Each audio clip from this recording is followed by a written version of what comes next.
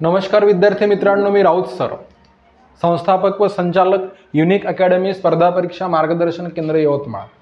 आपण आज झालेला राज्यसेवा पूर्व परीक्षा जो काही पूर्व परीक्षेचा पेपर आहे म्हणजे 21 ऑगस्ट 2022 या दिवशी झालेला त्याचं सर्व विश्लेषण पाहणार आहोत।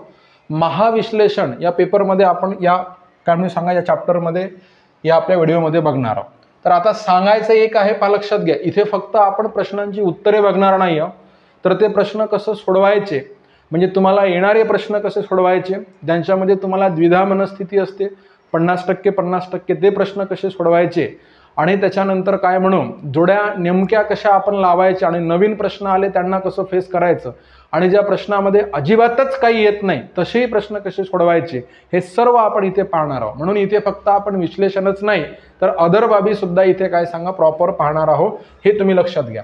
इथे तुम्हाला सांगतो आपण जी राज्यसेवा कंबाईनची बॅच घेत असतो त्या बॅचमधून बरेचसे प्रश्न ॲज इट इज उतरले। आमच्या बॅचला जे विद्यार्थी होते त्या विद्यार्थ्यांनी खूप साऱ्या विद्यार्थ्यांनी मला काय म्हणून सांगा व्हॉट्सअपवर पाठवलं की सर फायदा झाला, किती प्रश्न विचारले, कसे विचारले ते सुद्धा थोडंसं मी सांगण्याचा प्रयत्न केलेला आहे। या ठिकाणी आपण काय करू तर त्यांचे 2-3 काय सांगा स्क्रीनशॉट मी ॲड केलेले आहे। तर आता हा काय म्हणून सांगा मी कोणता सेट घेऊन विश्लेषण करणार आहोत तर लक्षात ठेवा सी सेट घेऊन काय म्हणून सांगा विश्लेषण करणार आहोत। प्रत्येक सेटमध्ये असलेले प्रश्न सारखेच आहे, फक्त क्रम वेगवेगळा असतो, कुणाची सुरुवातीला कुणाचे नंतर असेल तर तुम्ही तेवढं ॲडजस्ट करून घ्या। आता लक्षात घ्या, पहिल्यांदा आपण असं कन्सिडर करू ह्या ठिकाणी की इथे आपण काय सांगा सी सेट अभ्यासक्रमासाठी घेतलेला आहे, हे लक्षात घ्या। पुढे जाऊ, पुढचा मुद्दा पाहू, त्याच्यामध्ये पहा जे काय म्हणून सांगा इथे एक विद्यार्थिनी आहे तिने पाठवलेला आहे की प्रश्न किती आले आहेत सर। त्यांनी सांगितलं की इतिहास 16 पैकी 14 प्रश्न आलेले आहे म्हणजे आमच्या शिकवणीतून, भूगोल 14 पैकी 14 प्रश्न आहे, राज्यव्यवस्था 15 पैकी 15 आहे। एवढंच नाही, राज्यव्यवस्थेचा सेकंड पेपरला एक पॅसेज होता त्याच्यापैकी सर्वच प्रश्न ॲज इट इज आहे, हे लक्षात घ्या।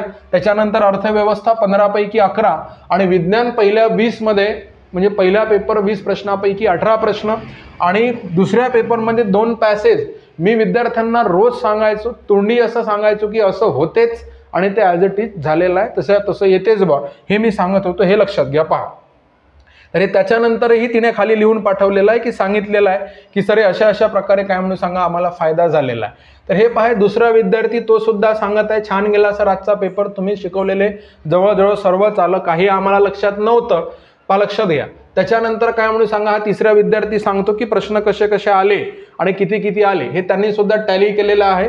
इकडे 16 पैकी 14, भूगोल 14 पैकी 14, राज्यव्यवस्था 15 पैकी 15 आणि अर्थव्यवस्था 15 पैकी 11, विज्ञान 20 पैकी 18 आणि पेपर 2 मध्ये 2 विज्ञानचे पॅसेज आले म्हणजे 10 प्रश्न आणि एक पॉलिटिकल सायन्सचा पॅसेज म्हणजे 5 प्रश्न ॲज इट इज काय म्हणून सांगा उतरलेले आहे, ते लक्षात घ्या। विशेष करून जे काही सायन्सचे प्रश्न आहे ते आमचे ॲज इट इज झालेले, हे लक्षात घ्या।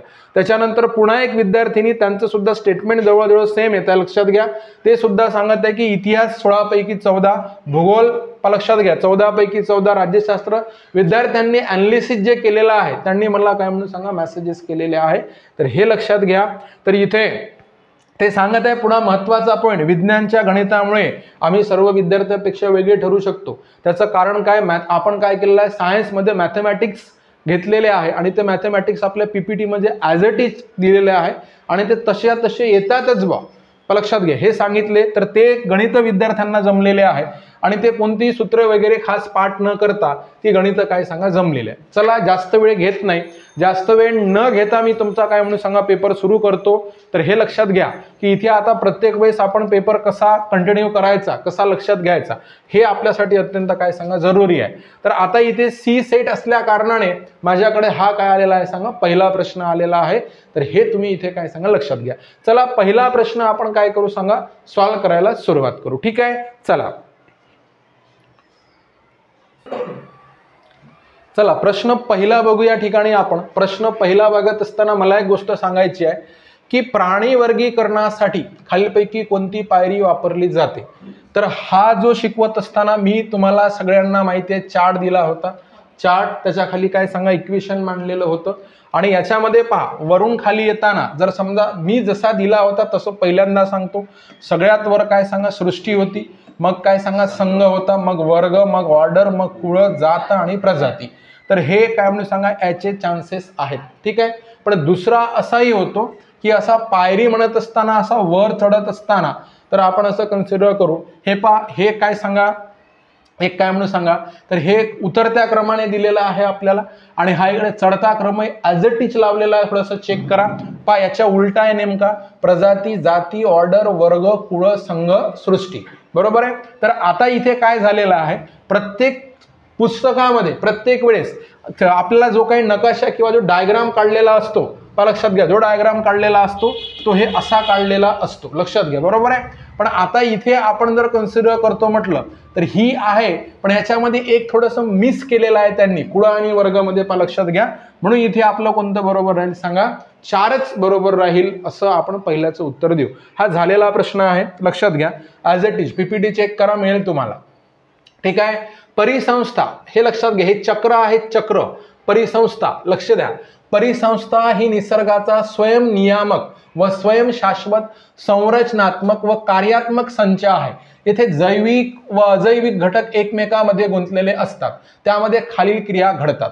आता खालील क्रिया घडतात म्हणजे काय काय क्रिया घडतात ते लक्षात घ्या. तुम्हाला सांगतो. तर यांचा क्रमही म्हटलं असतं तरी आपण लावला असता. क्रिया पहिल्यांदा समजून घ्या.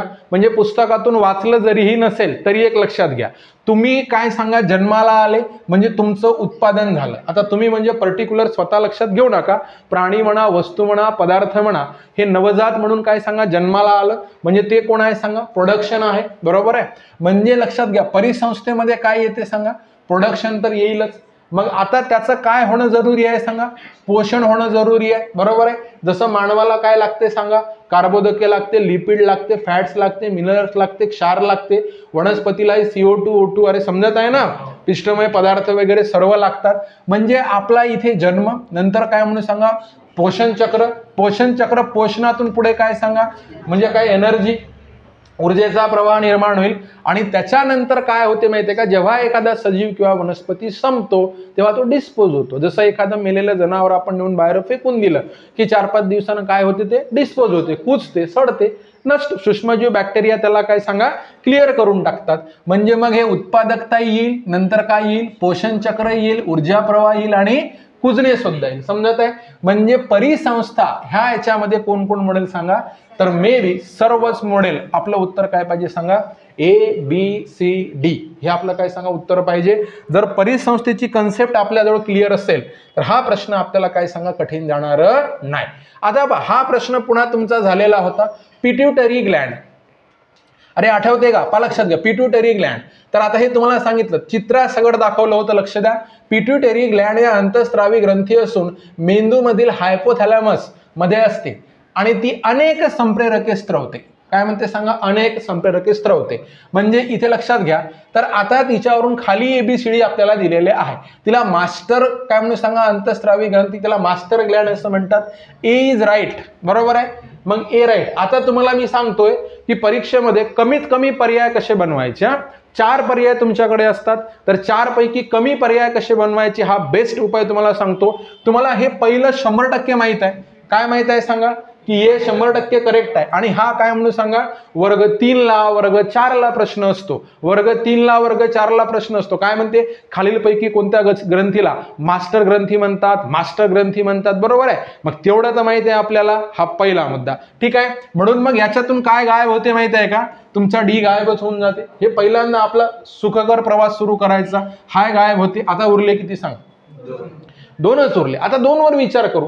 आता सांगा खूप टेन्शन घेऊन विचार करण्यापेक्षा कमी झालो ना आपण. मग आता 2 वर विचार करू. तिच्या पुढील भागास न्यूरो हायपोफायसिस तर मागील भागास ॲडिनो हायपोफायसिस असे म्हणतात. ठीक आहे. तर हे मे बी उलट झालेलं आहे. समजलं का उलट झालंय त्याच्याने हे काय सांगा रॉंग ठरते. हे लक्षात घ्या. पिट्युटरीच्या मागील भागातून ऑक्सिटोसिन आणि व्हेसोप्रेसिन ही संप्रेरके स्त्रवतात. तर इट्स राईट. लक्षात घ्या. नंतर STH अरे समजत आहे का STH TSH SCTH ही संप्रेरके ॲडिनो हायपोफायसिस मधून काय म्हणून सांगा स्त्रवतात. हे D सुद्धा बरोबर आहे. हे लक्षात घ्या. मग आपलं उत्तर काय पाहिजे सांगा A C आणि कोण सांगा D बरोबर. तर हे सुद्धा काय सांगा रॉंग होईल. तर असं काय सांगा तिसऱ्याचा आन्सर राहील. हे आपण काय करू सांगा इथे लक्षात घेऊ. हा प्रश्न मला तुम्ही सर्वजण सांगा, तुम्हाला क्रेप्सचं चक्र शिकवत असताना श्वासोच्छवासामध्ये मी करेक्ट सांगितलं होतं आणि आता काय होत आहे, झाडांच्या श्वासोच्छवासाच्या क्रेप्सच्या चक्रादरम्यान लक्षात घ्या, हे ग्लायकोलायसिस नावाची एक प्रोसेस होती. त्या ग्लायकोलायसिस नावाच्या प्रोसेसमध्ये लक्षात घ्या डिहायड्रोजिनेशन हा एक पार्ट येतो म्हटलं होतं मी. झाडांच्या श्वासोच्छवासाच्या क्रेप्सच्या चक्रादरम्यान खालीलपैकी कोणत्या प्रक्रियेद्वारे फ्युमॅरिक ऍसिडचे रूपांतर मॅलिक ऍसिडमध्ये होते? त्याचं उत्तर राहील तुमचं कोणतं सांगा, डिहायड्रोजिनेशन. लक्षात घ्या. आणि आता तुम्हाला सांगतो इथे थोडासा प्रश्न काय होत आहे हिऱ्यामध्ये कार्बनचा एक अणू हा कार्बनच्या इतर लक्षात घ्या काय म्हणून सांगा 4 अणूंनी घेरलेला असतो. हा पहिला पॉइंट बरोबर आहे, 4 अणूंनी. पण चतुष्कोनीय नाही तर काय म्हणून सांगा, चतुष्पृष्ठीय म्हणून, म्हणजे 4ही बाजूंनी याला चिकट असे काय म्हणून सांगा, अशा पद्धतीनं काय सांगा घेरलेला असतो, तर त्याला चतुष्पृष्ठीय असं काय करू सांगा, उत्तर देऊ. लक्षात घ्या. त्याच्यानंतरचा प्रश्न तुम्हाला ह्या ठिकाणी विचारलेला आहे आणि तो प्रश्न कोणता आहे ते लक्षात घ्या. काय म्हणत आहे, ट्रिटियमचा अनुक्रमांक रिकामी जागा आहे. आता आठवा, मी तुम्हाला सांगतो मी तुम्हाला शिकवलं होतं दादा, नीट आठवा जे तुम्ही हजर होते, समस्थानिके शिकवली होती बरोबर आहे. समस्थानिके शिकवत असताना काय बोललो होतो लक्षात घ्या. इथे काय बोललो होतो, अणुअंक काय म्हटलं, समान. आठवते का, अणुअंक काय सांगा, समान. आणि काय म्हटलं होतं सांगा, अणुवस्तुमान भिन्न. अरे बरोबर आहे ना, हे अणुवस्तुमान काय म्हटलं होतं सांगा, भिन्न. मग आता ह्या अणुअंक समान पण अणुवस्तुमान काय सांगा, भिन्न. मग हायड्रोजन इथे याची गोष्ट केली होती, म्हणजे याचा ॲटॉमिक नंबर किती राहील सांगा, एकच राहील. ॲटॉमिक नंबर किती राहील, एकच राहील. पण याचं पहिल्याचा ॲटॉमिक मास 1, दुसऱ्याचा ॲटॉमिक मास 2 आणि तिसऱ्याचा ॲटॉमिक मास किती सांगा, 3. मग याला आपण काय म्हटलं होतं, हे पहिल्याला हायड्रोजन, तर ह्या पहिल्या हायड्रोजनचं नाव या ठिकाणी आपण दिलं होतं प्रोटियम. आठवते लक्षात घ्या. दुसरा काय सांगा, ड्यूटेरियम म्हटलं होतं. अरे बरोबर आहे ना, ड्यूटेरियम ह्यालाच काय म्हणतात म्हटलं होतं, जड पाणी असं म्हणतात हे सांगितलं होतं बरोबर आहे. आणि ह्याला जड पाणी असं म्हटल्याच्या नंतर लक्षात घ्या, जड पाणी असं म्हटल्याच्या नंतर ह्याला D2O आठवते का रे, हे कुठे वापरते म्हटलं होतं सांगा, अणुभट्टीमध्ये वापरते म्हटलं होतं. प्रशीतक म्हणून किंवा न्यूट्रॉनवर काय सांगा, कंट्रोल करणे वगैरे प्रशीतक म्हणून वापरतात म्हणून सांगितलं होतं. आणि हा ट्रिटियम आहे म्हटलं होतं. हा होय ट्रिटियम. जो प्रश्न तुम्हाला दिलेला आहे तर काय म्हणून सांगा, ह्याला काय म्हणतात म्हटलं होतं, ट्रिटियम. समजलं. हे कोणाची समस्थानिके आहे म्हटलं होतं, हायड्रोजनची समस्थानिके असं बोललो होतो. पहिला कोण, हायड्रोजन म्हणजे प्रोटियम त्याचं नाव, त्याच्यानंतर ड्यूटेरियम. यांचा कोण वेगवेगळा आहे तर ॲटॉमिक मास वेगवेगळा आहे, अणु वस्तुमान वेगवेगळा आहे, मात्र अणुअंक कसा आहे, सारखाच आहे. ॲटॉमिक नंबर कसा आहे, सेम आहे. म्हणून आपल्याला प्रश्न काय ट्रिटियमचा अनुक्रमांक किती, 3 चूक होईल, 4 चूक होईल, 2 चूक होईल, 1 इज राईट, म्हणजे ऑप्शन 4 काय सांगायचं, राईट राहील. समजत आहे.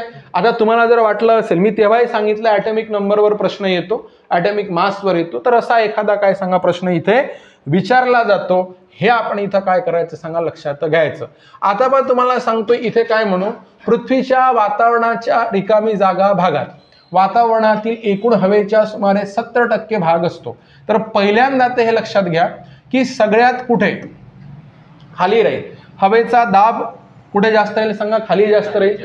आणि सर्वाधिक हवा सुद्धा कुठे राहील, खाली राहील. मग सगळ्यात खालचा स्तर आपण कन्सिडर करू, कोण सांगा, ट्रोपोस्फिअर. एकदम सिंपल. समजत आहे मी काय म्हणतो. आता तुम्हाला एक विधानही माहित असेल, जसं जसं वर जाऊ तसा तसा हवेचा दाब कमी होत जातो, हवा विरळ होत जाते, खाली हवा दाट असते. मग जिथे हवा दाट आहे पृथ्वीच्या पृष्ठभागालगत काय सांगा, हवा जास्त राहील. मग तसा पूर्ण सर्कल जर आपण कन्सिडर करतो म्हटलं तर त्याच एरियामध्ये जवळपास किती सांगा, 70% कोण राहील सांगा, एअर राहील. म्हणून इथे एक सिंपल आणि काय सांगा, फॅक्च्युअल क्वेश्चन कोण सांगा, ट्रोपोस्फिअर, असं आपण इथे काय करू सांगा, उत्तर देऊ. ठीक आहे. प्रश्न 7वा होता. आता प्रश्न 8वा, एकदम बढिया प्रश्न, हे लक्षात घ्या. हा एकदम बढिया प्रश्न जर समजा तुम्हाला आला नसेल तर त्याच्यात माझा काही दोष नाही, पण शिकवला होता. पण लक्षात घ्या, प्रतिकर्षण आकर्षण वारंवार शिकवलं होतं, हे लक्षात घ्या. तर आता तुम्हाला सांगतो, हे लक्ष द्या. पहिल्यांदा मुद्दा कसा इथे सांगतो, हे काय म्हणत आहे सांगा, विमुक्त जोडी. हे इथे समजून घ्या मला काय सांगायचं आहे. इथे पहा विमुक्त जोडी, इथे काय म्हणतो सांगा, विमुक्त जोडी. प्रतिकर्षण याचा अर्थ पहिल्यांदा समजून घ्या. प्रतिकर्षण म्हणजे एकमेकापासून दूर जाणे. तुम्हाला काय विचारलंय माहितीये का, विद्युत स्थितिक प्रतिकर्षण रिकामी जागा असे कमी होत जाते म्हणत आहे. बरोबर आहे.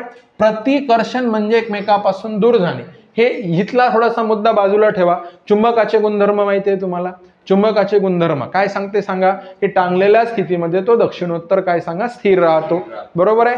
पहा दोन ध्रुवामध्ये काय म्हणून सांगा, दोन सजातीय. आता चुंबकाचे ध्रुव जर आपण बघतो म्हटलं, समजा हा कोण असेल सांगा, चुंबक आहे. तर हा काय म्हणू प्लस, हा काय म्हणून सांगा मायनस. तर प्लस प्लस मध्ये काय असते, प्रतिकर्षण. महत्वाचा मुद्दा, प्लस प्लस मध्ये एकमेकापासून दूर जाते म्हणजे एकमेकाला चिकटण्याचा प्रश्नच नाही. तुम्हाला पहा एक्झाम्पल दिली होती मी, मॅगेलॉर ट्रेनचं एक्झाम्पल दिलं होतं, आठवते तुम्हाला, की तिथे जर समजा मायनस मायनस आपण ऋण ऋण जर ध्रुव केले तर काय होते म्हटलं होतं, ट्रेनवर उचलल्या जाते. बरोबर आहे. तुम्ही जर समजा तुमच्या गाडीच्या समोरच्या भागामध्ये ट्रेनच्या म्हणा तुमच्या गाडीच्या काय लावलेलं आहे, म्हणजे निगेटिव्ह म्हणजे काय सांगा, एक सजातीय ध्रुव लावला आणि पुढच्याने सजातीयच लावला, तर यांच्यामध्ये आकर्षण नसते, यांच्यात प्रतिकर्षण असते असं मी बोललो होतो. बरोबर आहे. मग ते गाड्यांची काय होणार नाही, टक्कर होण्याचा प्रश्नच येत नाही, म्हणजे येणारच नाही, लागणारच नाही. पण चुकून असंही बोललो होतं, आठवा. सजातीय विजातीयचा जर मुद्दा झाला म्हटलं तर ते भडकन काय सांगा ओढून घेईल असंही सांगितलं होतं. तर आता पहा हे कुठे जाणार आहोत आपण माहिती आहे का, तर तो झाला चुंबकाचा मुद्दा. बरोबर आहे. पण इथे प्रतिकर्षण म्हणजे तोच गुणधर्म. प्रतिकर्षण म्हणजे एकमेकापासून काय दूर जाणे, एकमेकापासून दूर जाणे. आणि आकर्षण म्हणजे काय, एकमेकांच्या जवळ येणे. आपल्याला प्रश्न कशावर विचारलेला आहे सांगा, प्रतिकर्षणावर. मग आता तुम्हाला सांगतो इथे सर्वाधिक, इथे फक्त प्रश्न कसा आहे, हे सर्वात जास्त प्रतिकर्षण, अरे बरोबर आहे ना. त्याच्यानंतर काय म्हणून सांगा, मध्यम प्रतिकर्षण, आणि त्याच्यानंतर काय सांगा, कमी प्रतिकर्षण.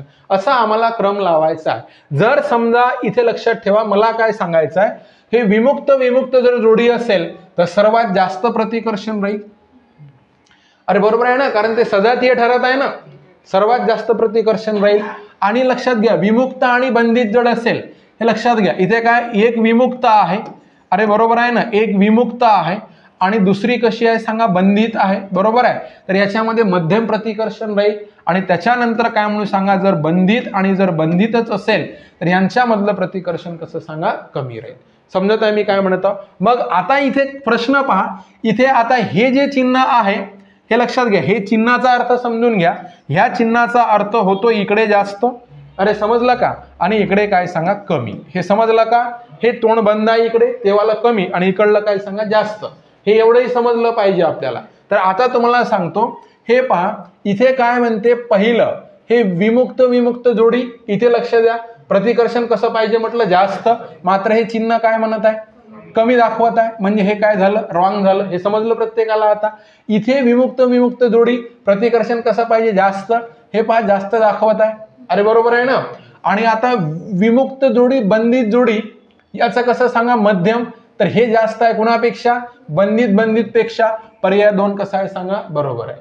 हे लक्षात घ्या. आता कसा बरोबर आहे ते पहा, विमुक्त विमुक्त जास्त आणि बंधित पेक्षा विमुक्त बंधित जोडी काय सांगा, जास्त. पर्याय 2 बरोबर.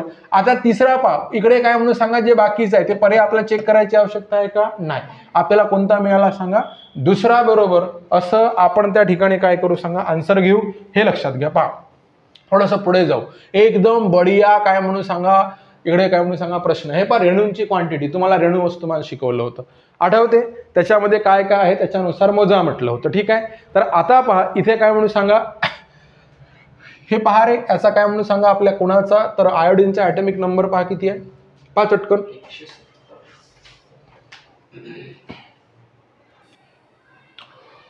आता पहा रेणू वस्तुमान म्हणजे कसं होते ते एकदा लक्षात घ्या, एकदम सिंपल. रेणू म्हणजे काय, अणू अणू प्लस रेणू.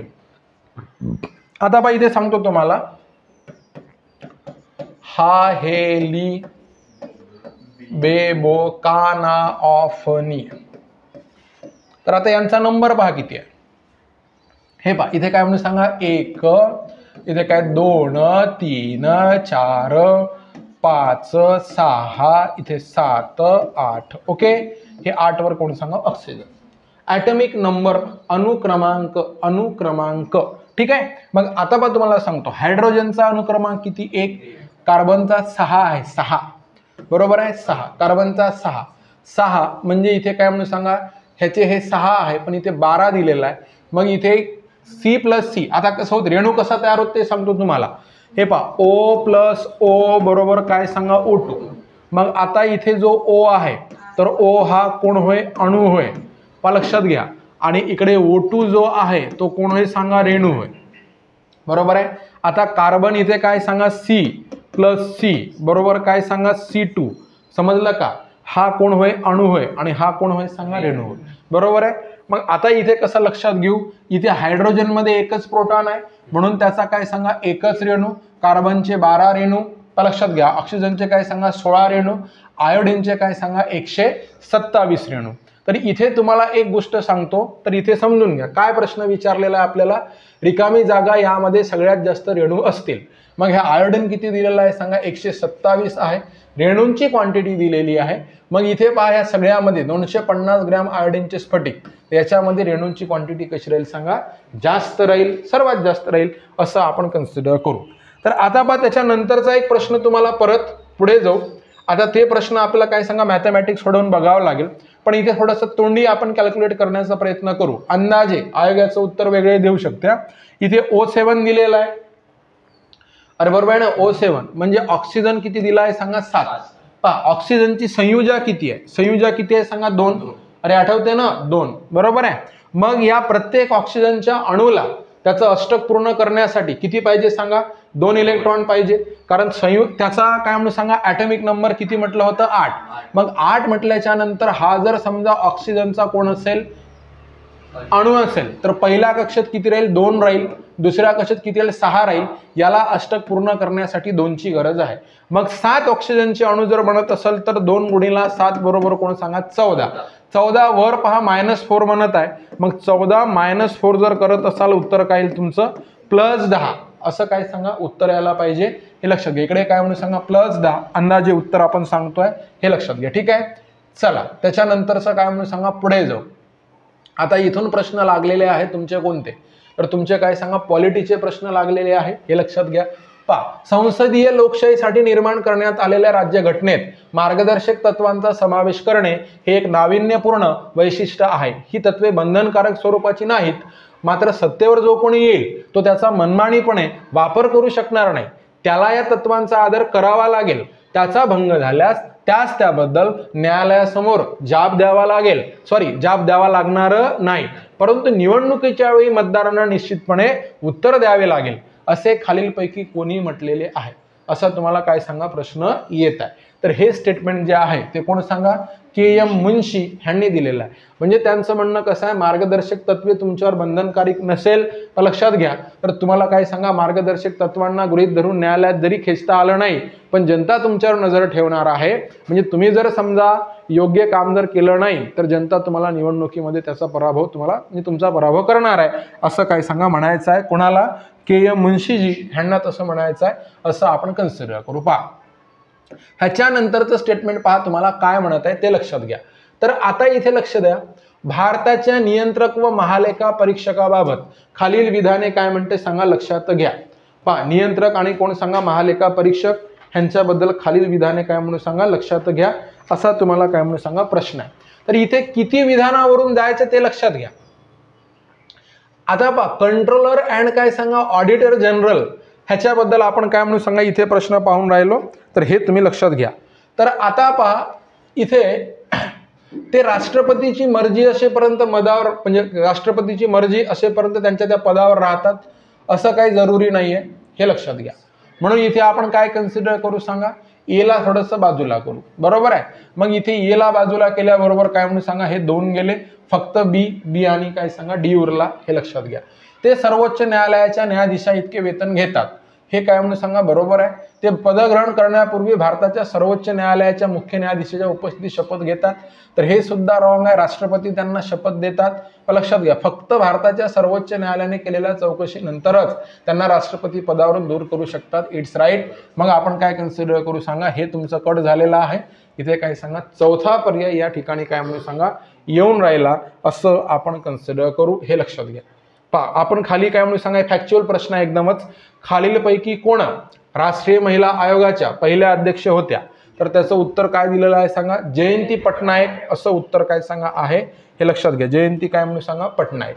त्याच्यानंतरचा प्रश्न आपण पाहू. भारतीय राज्यघटनेच्या कोणत्या कलमानुसार विधानसभेने तशा आशयाचा ठराव संमत केला असेल तर विधान परिषद स्थापन करण्याचा किंवा रद्द करण्याचा अधिकार संसदेला दिलाय. ठीक आहे. मग आता तुम्हाला सांगतो, तर हे फॅक्च्युअल लाट आहे, हे कलमा पाठच पाहिजे. तर हे किती म्हणून सांगा, 169. हे पहा 169, आर्टिकल 169 याच्यानुसार. दुसरा प्रश्न, भारताचे राष्ट्रपती राज्यघटनेच्या कोणत्या अनुच्छेदातील लक्षात घ्या तरतुदीनुसार सर्वोच्च न्यायालयाकडून सल्ला मागवू शकतात? 143 अनुच्छेद लक्षात घ्या. तर हे लक्षात ठेवा की राष्ट्रपती न्यायालयाला प्रेमाने सल्ला मागतात.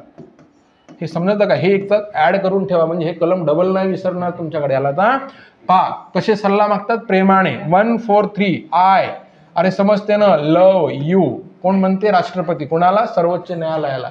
100 काय म्हणून सांगा, 43. अरे समजलं ना? तर हे लक्षातच ठेवायचं, म्हणजे हे आता ह्या परीक्षेला नाही, आतापर्यंत भक्कम वेळा दिवा लावला ह्या प्रश्नानं.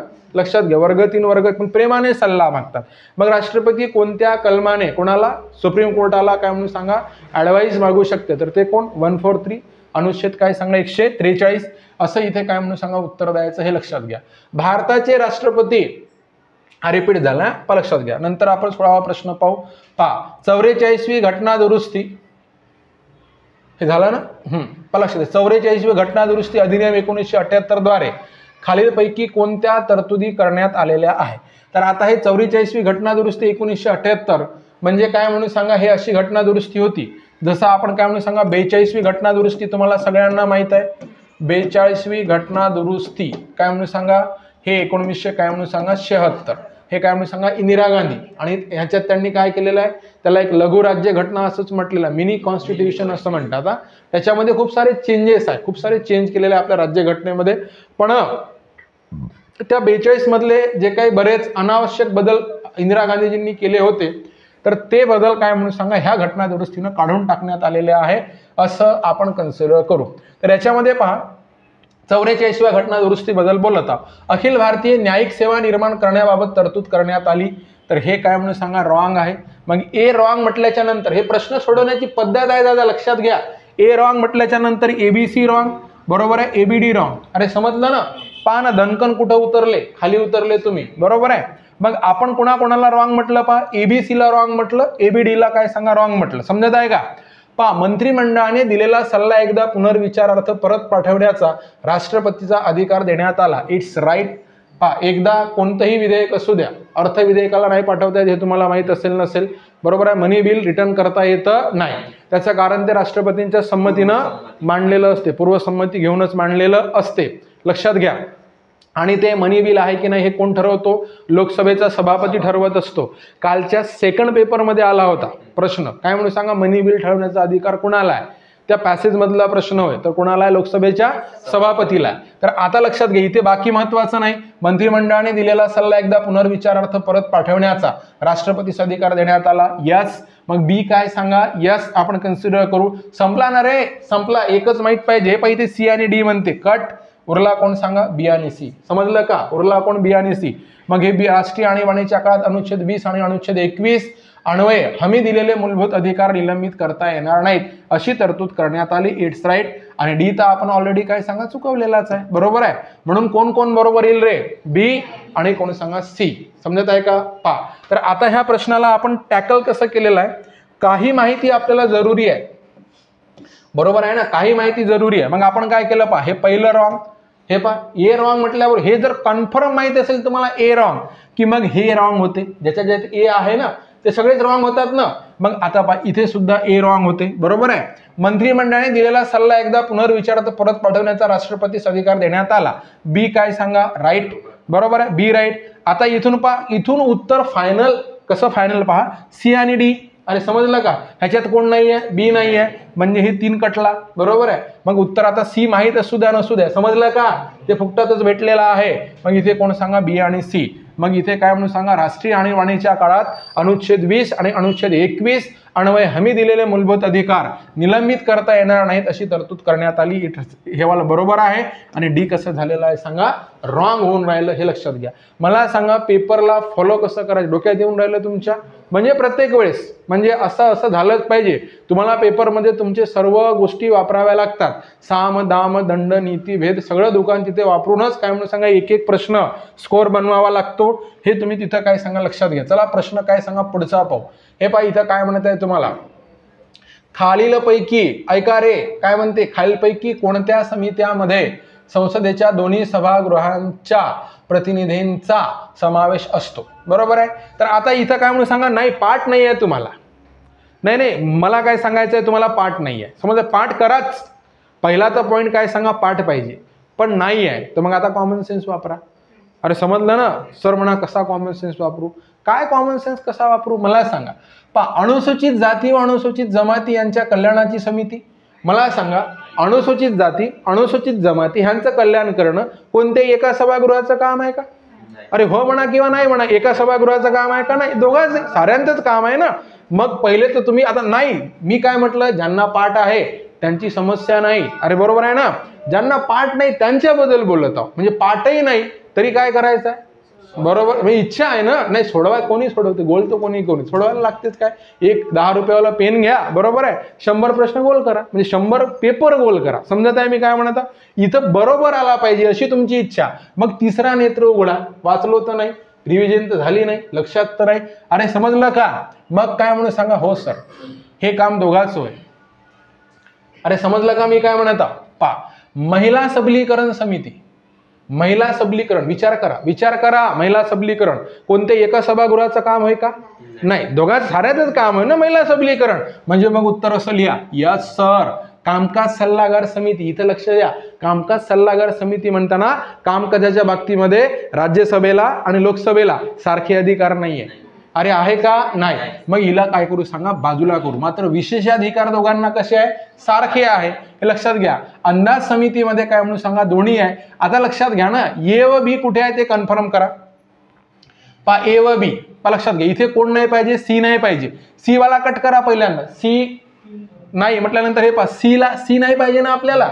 मग हे काय सांगा, हा 3 कट होतो. हे तुम्हाला सांगितलं कामकाजाच्या बाबतीमध्ये राज्यसभेपेक्षा कोणाला अधिकार जास्त आहे, लोकसभे, असं गृहीत धरा. समजा त्या पुस्तकात लिहून असलेलं पाठ असेल तर मग तुमचं झिंगाल आला. अरे बरोबर आहे ना, नाही जमलं तर इकडे लक्ष द्यायचं, काय करायचं. ठीक आहे. मग आता पहा, कामकाज सल्लागार समिती कोण नाही सांगा सर, सी नाही, म्हणून हा सी संपला. बरोबर आहे.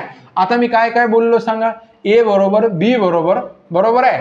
त्याच्यानंतर आता ए बी, आता ए बी आणि इथे काय म्हटलं सांगा, इथे डी बरोबर. अंदाज समिती काय सांगा, नाही तर सॉरी, अंदाज समिती आहे कोणती सांगा, विशेषाधिकार समिती. मग ए बी आणि कोण सांगा, डी बरोबर. कोणता पर्याय येऊन राहिला आपला, पहिला. तर हे पहिला पर्याय आपण कन्सिडर करू. काय सांगा, ए बी डी असं काय सांगा, बरोबर.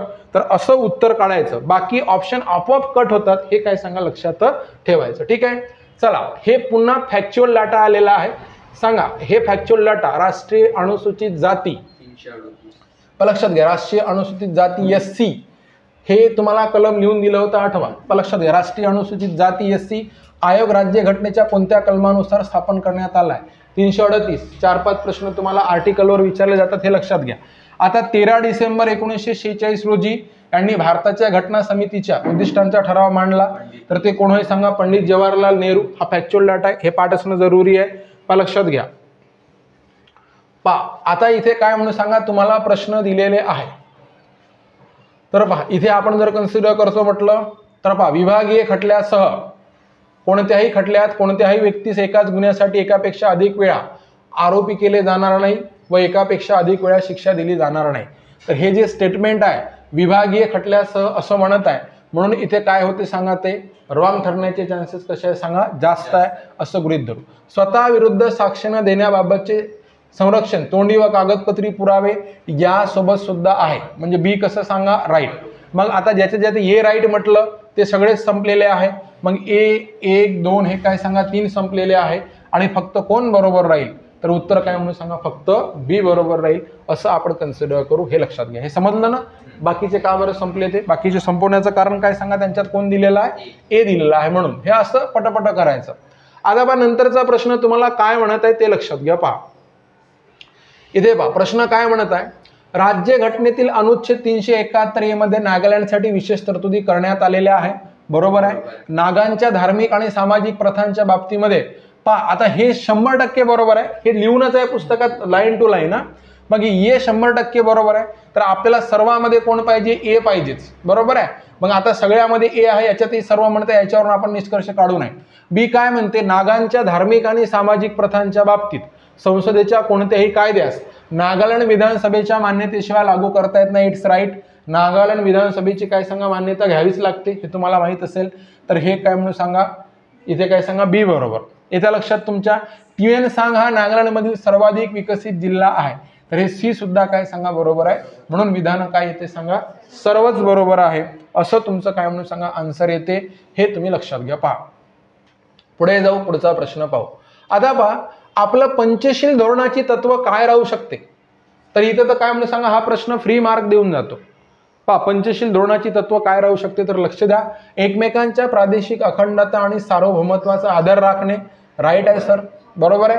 परस्परांच्या अंतर्गत विषयामध्ये हस्तक्षेप न करणे, हे सुद्धा शांततापूर्ण सहअस्तित्व, सगळ्यांचं अस्तित्व असलं पाहिजे शांततेसोबत. बरोबर आहे, ही बरोबर आहे. म्हणून आता पहा कोणते पंचशील तत्व नाही, तर हे तिन्ही कसे सांगा आहे. म्हणून यापैकी नाही. आपलं उत्तर काय राहील, यापैकी नाही असं आपलं काय सांगा उत्तर राहील. ठीक आहे. चला त्याच्यानंतरचा प्रश्न पहा. 2011 साली 97व्या घटना दुरुस्तीद्वारे सहकारी संस्था हा विषय राज्य घटनेत समाविष्ट करण्यात आला. आता आठवा, तुम्हाला जेव्हा मी घटना दुरुस्ती सांगितली होती तेव्हा नीट आठवा. काय म्हटलं होतं, 97ची सुरुवात. पहा काय म्हटलं होतं तुम्हाला, 97. आठवते का रे, काही काही लॉजिक लावून ठेवा. म्हटलं 97ची सुरुवात स पासून होत आहे म्हटलं होतं. बरोबर आहे का. आणि इथे काय सहकारी, हे 97 सहकारी म्हटलं होतं. बरोबर आहे. तर हा 2011 साली 97व्या घटना दुरुस्तीद्वारे सहकारी संस्था हा विषय राज्य घटनेत समाविष्ट करण्यात आला. तर ये एकदम करेक्ट. मग आपल्याला काय सांगा, इथे काय म्हणून सांगा, इथे ये करेक्ट आहे. तर मग इथे कोण संपला, फक्त बी आणि सी वाला संपला. बरोबर आहे. लक्ष द्या, अनुच्छेद 19(1)(c) मध्ये सहकारी संस्था स्थापन करण्याचा अधिकार बहाल करण्यात आला. बी सुद्धा बरोबर आहे. ठीक आहे. आणि लॉर्ड कर्झन कारकिर्दीमध्ये भारतातील पहिला सहकारी कायदा झाला दादा, तो 1904चा पहिला सहकारी कायदा. म्हणजे हे सी सुद्धा काय सांगा बरोबर. म्हणून इथे काय होतं उत्तर माहित आहे, तिन्ही विधाने बरोबर असं तुमचं आन्सर बनते. हे आपण इथे काय करू सांगा लक्षात घेऊ.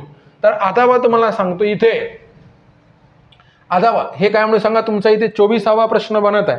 आता प्रश्न काय बनत आहे ते लक्षात घ्या. 24वा तुमचा. तर आता बा 24वा प्रश्न, संघराज्य अथवा राज्य ह्यांच्या नियंत्रणाखालील नागरी पदावर कार्यरत असणाऱ्या व्यक्तींना बडतर्फ करणे. म्हणजे लक्षात घ्या, जे काही प्रशासकीय अधिकारी आहे किंवा नागरी पदावर, शासकीय पदावर, संघराज्य म्हणजे केंद्र सरकार आणि राज्य सरकार यांच्या नियंत्रणाखालील कोणत्याही ज्याचं सरकारचं ज्यावर नियंत्रण आहे, मग ते कोणाचं राहू द्या, केंद्राचं राहू द्या किंवा काय सांगा राज्याचं राहू द्या, हे लक्षात घ्या. पहा संघराज्य अथवा राज्य यांच्या नियंत्रणाखालील नागरी पदावर कार्यरत असणाऱ्या व्यक्तींना बडतर्फ करणे, पदावरून दूर करणे किंवा पदावनत करणे. बडतर्फ म्हणजे त्यांना काढून टाकणे. लक्षात घ्या, पदावरून दूर करणे, पदावरून दूर करणे म्हणजे काढून टाकणे, आणि पदावनत म्हणजे काय सांगा डिमोशन वगैरे असं गृहीत धरू. हे पहा अनुच्छेद 311 बाबत खालील कोणते विधान चुकीचे आहे. म्हणजे हे कशानुसार चालते सर्व म्हणून आपण 311 नुसार, त्याच्यापैकी रॉंग कोणता आहे. अनुच्छेद 311 खाली असलेले संरक्षण हे लक्षात घ्या, हे लष्करी सेवेतील व्यक्तींना उपलब्ध नाही. राईट आहे. लक्षात घ्या, जे काही म्हणजे काय म्हणून सांगा मिलिटरी आहे, आर्मी आहे, त्यांना ते उपलब्ध नाही आहे. अनुच्छेद 311 खाली असलेल्या संरक्षणास आयुर्विमा महामंडळ, तेल आणि नैसर्गिक वायू महामंडळ म्हणजे काय सांगा LIC, ONGC पा यांच्यासारखे कर्मचारी पात्र नाहीत. हे सुद्धा बरोबर आहे. अनुच्छेद 311 मधील तरतुदी केवळ स्थायी काम नागरी कर्मचाऱ्यांना लागू आहेत, अस्थायी म्हणजे टेम्पररी लोकांना ह्या लागू नाही. हे सुद्धा काय सांगा बरोबर आहे. मग आता 3 बरोबर, कोणतं चुकीचं आहे, तर चौथं ऑब्विसली काय सांगा चुकीचं राहील असं आपण कन्सिडर करू. शासकीय सेवकाचे सेवेतून निलंबन हे बडतर्फी अथवा पदावरून दूर करणेही नसते. म्हणून अनुच्छेद 311 संरक्षणाच्या व्याप्तीमध्ये निलंबनाचा समावेश होत नाही. तर हे विधान कसं आहे सांगा चुकीचं आहे किंवा रॉंग आहे असे आपण या ठिकाणी काय करू सांगा लक्षात घेऊ. ठीक आहे. चला प्रश्न काय करू सांगा 25वा आपण टॅली करणं सुरू करू. इथं काय पहा, लोकसभेच्या प्रमुखांच्या गटाची हे काय म्हणून सांगा, हे पॅनलची गोष्ट करत आहात. अध्यक्षीय पॅनल म्हणजे समजते ना तुम्हाला. इथे काय सांगा, पॅनल ऑफ चेअरपर्सन. म्हणजे इथे हा काय म्हणत आहे, जे मी तुम्हाला शिकवला होता, काय शिकवला होता सांगा, अध्यक्षीय पॅनल. लोकसभेच्या प्रमुखांच्या गटाची निवड लोकसभा आपल्या सदस्यामधून करते. ओके, बरोबर आहे ना. हे तर आम्हाला आता बरोबर पाहिजेच. अरे तसंच करणार आहे ना. चेअरपर्सनची निवड कशातून होईल? काय राज्यसभेसारखं असते का? राज्यसभेसारखं असते का? म्हणजे उपराष्ट्रपती राज्यसभेचा पदसिद्ध कोण सांगा, सभापती असा आहे का लोकसभेत? नाही. मग हे 100% करेक्ट आहे ना. मग आता इथे ज्याच्यामध्ये ए नाही तिथं पहिले गायब करू आपण, बरोबर आहे. इथे हे फक्त बी वाला गायब झालं, समजलं का. नंतर वरीलपैकी एकही नाही, तर हे काय म्हणून सांगा, रॉंग झालं. म्हणजे कोणती विधाने बरोबर आहे ते म्हणते एकही नाही. उरले कोण कोण तुमच्याकडे? 1 आणि 3च उरलं. हे मग आता जेव्हा लोकसभेच्या अध्यक्षांचे अथवा उपाध्यक्षांचे पद रिक्त असेल तेव्हा लोकसभेच्या प्रमुखांच्या गटातील सदस्य हा अध्यक्षपदी असू शकतो. हे रॉंग आहे. रिक्त असताना नाही, गैरहजर असताना. लक्षात घ्या, गैरहजर असेल, सुट्टी असेल, आजारी असेल तेव्हाचा विषय. समजलं. रिक्त असताना नाही. रिक्त असताना राष्ट्रपती मेन्शन करतो म्हटलं होतं तुम्हाला. तर हे विधान कसं आहे सांगा, चूक. अध्यक्ष उपाध्यक्ष लोकसभेच्या प्रमुखांच्या गटातील व्यक्ती यांच्या अनुपस्थितीत राष्ट्रपतीद्वारे नियुक्त केलेल्या, लक्षात घ्या, आता राष्ट्रपतीद्वारे नियुक्त केलेल्या सदस्याद्वारे अध्यक्षांची कर्तव्ये पार पाडली जातात. म्हणजे रिक्त असताना कोण सांगा, राष्ट्रपती नियुक्त करत असतो. तर आपल्याला काय बरोबर पाहिजे तुमचं सांगा, ए बरोबर पाहिजे आणि काय म्हणून सांगा, सी बरोबर पाहिजे. असं आपण इथं कन्सिडर करू. पुढचा प्रश्न पहा. आता इथून काय सांगा, करंटची प्रश्न सुरू झालेले आहे. खाली विधाने विचारात घेऊन योग्य पर्याय निवडा. क्रिमिया 2014 पर्यंत युक्रेन या देशाचा भाग होता, बरोबर आहे. 2014 मध्ये रशियाने क्रिमियाचा ताबा घेतला, हेही बरोबर. नाटो या संघटनेत 30 देशांचा सहभाग आहे, तर हे सुद्धा काय सांगा, बरोबर. हे तर काय म्हणून सांगा, रेग्युलर प्रश्न होते. JNU चे भूतपूर्व म्हणजे आधीचे कुलगुरू ममिदाला जगदीश कुमार यांची कोणत्या संस्थेच्या अध्यक्षपदी नियुक्ती करण्यात आली आहे? तर काय सांगा, UGC च्या अध्यक्षपदी काय म्हणून सांगा, नियुक्ती करण्यात आलेली आहे, असं लक्षात घेऊ. ठीक आहे. टाइम या आंतरराष्ट्रीय ख्यातीच्या मासिकाने Time person of the year 2021 साठी खालीलपैकी कोणाची निवड केलेली आहे? याचं उत्तर काय होईल सांगा रे? इलॉन काय म्हणून सांगा, मस्क. असं आपण काय देऊ सांगा, उत्तर देऊ. जानेवारी 2022 मध्ये नागास्वामी यांचे निधन झाले. ते कोणत्या क्षेत्राशी संबंधित होते? पुरातत्वशास्त्रज्ञ. कोणत्या देशाने हॉसांग-12 मध्यम पल्ल्याच्या बॅलिस्टिक क्षेपणास्त्राचे प्रक्षेपण केलेले आहे? काय उत्तर होईल सांगा, उत्तर कोरिया. असं आपण लक्षात घेऊ. आता याजदी गटाविषयी काय म्हणून सांगा, हा प्रश्न आहे. तर याजदी गटाविषयी बद्दल आपण काय सांगा, हा कंटेंट अभ्यासू. ठीक आहे. चला, याजदी गट. याजदी गटाविषयी पुढील विधानामधून अयोग्य निवडा. पहिल्यांदा तर इथं फोकस करायचा की आपल्याला कोणतं विचारताय. कोणतं विचारताय सांगा, अयोग्य. बरोबर आहे. इराकमधील सर्वात जुन्या अल्पसंख्याक समुदायापैकी हे आहेत. हे काय म्हणून सांगा, बरोबर. सिनझीर पर्वताभोवती उत्तर इराकमध्ये यांचे वास्तव्य मोठ्या प्रमाणावर आहे, हे बरोबर. या प्राचीन धर्माची स्थापना लक्षात घ्या 11व्या शतकात उम्मयाद शेख यांनी केल्याचे म्हटले जाते. हा धर्म 11व्या नाही तर बहुतेक 6व्या 7व्या शतकामध्ये काय म्हणून स्थापन झालेला आहे. म्हणून हे थोडंसं काय होते सांगा, रॉंग ठरते. आणि यांनी ख्रिश्चन धर्माची सुद्धा तत्वे स्वीकारली आहे आणि त्यामुळे इस्लामिक लोक त्यांना विरोध करत आहे, हे लक्षात घ्या. म्हणून हे सुद्धा याजदीवर हल्ले केले जातात, हे बरोबर. मग 1 2 4 असं आपल्याला काय म्हणून सांगा उत्तर. तर कोणतं रॉंग आहे म्हटलं तर उत्तर काय सांगा, तिसरं. तर तिसरं या ठिकाणी कसं आहे सर म्हणून सांगा, रॉंग आहे. हे आपण इथं काय करू सांगा, लक्षात घेऊ. चला 32 क्वेश्चन. हे काय म्हणून सांगा, पहिला तो मुद्दा, जे क्रिप्टो करन्सी आहे आपली अर्थमंत्री निर्मला सीतारामन यांना हाकलून लावायची होती. मग प्रश्न काय विचारलाय, 2022-23च्या केंद्रीय अर्थसंकल्पात अर्थमंत्री निर्मला सीतारामन यांनी क्रिप्टो करन्सीवर किती टक्के कर लावण्याची घोषणा केली आहे? मग जास्तीत जास्त कर लावलाय त्यांनी, बरोबर आहे. मग किती टक्के लावला तर 30% कर लावला, लक्षात घ्या. म्हणून ते उत्तर काय सांगा, 30%. कोणत्या रेसिंग ड्रायव्हरने मार्च 2022 मध्ये झालेली सौदी अरेबिया ग्रँड प्रिक्स स्पर्धा जिंकली? काय म्हणून सांगा, मॅक्स वर्स्टेपेन ह्या व्यक्तीने जिंकलेली आहे, असं आपण लक्षात घेऊ. ठीक आहे. चला थोडंसं पुढे जाऊ. पुलवामा क्षेत्राविषयी पुढीलपैकी कोणते विधान काय म्हणून सांगा, अयोग्य आहे? अयोग्य म्हणजे काय सांगा, चुकीचे आहे म्हणते. मला लक्षात घ्या, चुकीचे आहे. या भागाला काश्मीरचे तांदळाचे कोठार म्हणतात. हे काश्मीर बद्दलच बोललंय म्हणून ते बरोबर आहे. लक्षात घ्या, वेशू आणि झेलम नदी पुलवामामधून वाहतात, हेही बरोबर. अहरबाल धबधबा आणि अवंतीश्वर मंदिर हे पुलवामामधील प्रसिद्ध पर्यटन क्षेत्रे आहे, तर हेही बरोबर. म्हणून हे काय सांगा, कोणतेही नाही, चुकीचं कोणतेही नाही असं तुम्ही या ठिकाणी काय म्हणून सांगा, म्हणू शकता. ठीक आहे, पहा योग्य पर्याय निवडा. त्रिनिदाद आणि टोबॅगोच्या डिओन लेंडोर यांचे जानेवारी 2022 कार दुर्घटनेत निधन झाले, तर हे काय सांगा, राईट. नंतर लंडन ऑलिम्पिक 2012 मध्ये त्यांनी कांस्य पदक, हे राईट. हे बुद्धिबळपटू नव्हता, हा रनर होता. समजत आहे मी काय, धावपटू होता, म्हणून हे काय सांगा, रॉंग होते. लिओन लेंडर हे बुद्धिबळपटू होते, तर ते कोण होते, रनर.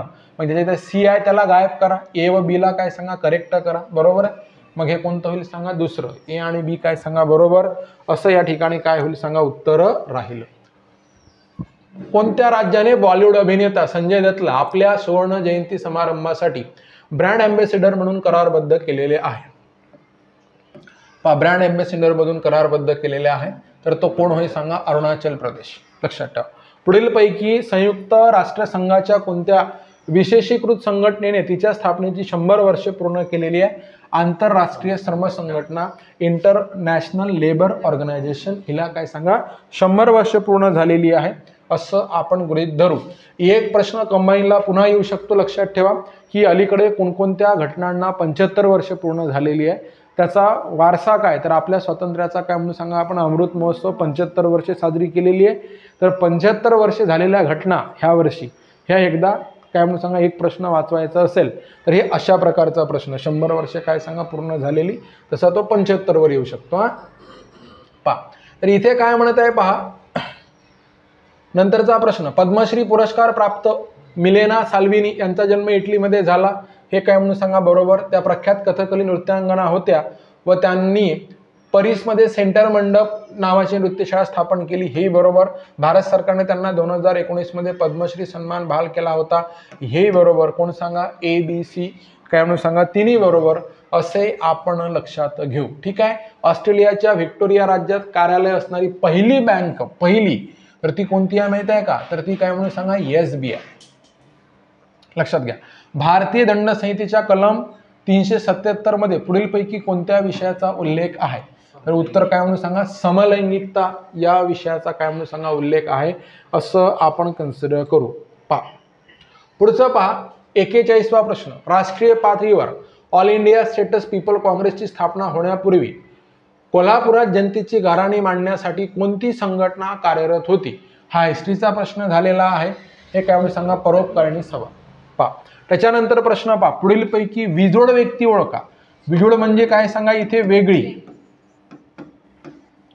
वेगळी. तर आता तुम्हाला सांगतो इथे काय म्हणू, साने गुरुजी, सुधाताई जोशी, हिरवे गुरुजी, हे सगळी आपली भारतीय नावं आहेत, स्वातंत्र्य लढ्यामध्ये पार्टिसिपेट केलेली. आता मला कन्फर्म नाही, पण डॉक्टर लॉरा डिसूजा हे नाव ऐकण्यात गेलेलं नाही, म्हणून काय राहू शकते सांगा, ते वेगळं राहू शकते असं आपण कन्सिडर करू, हे लक्षात घ्या.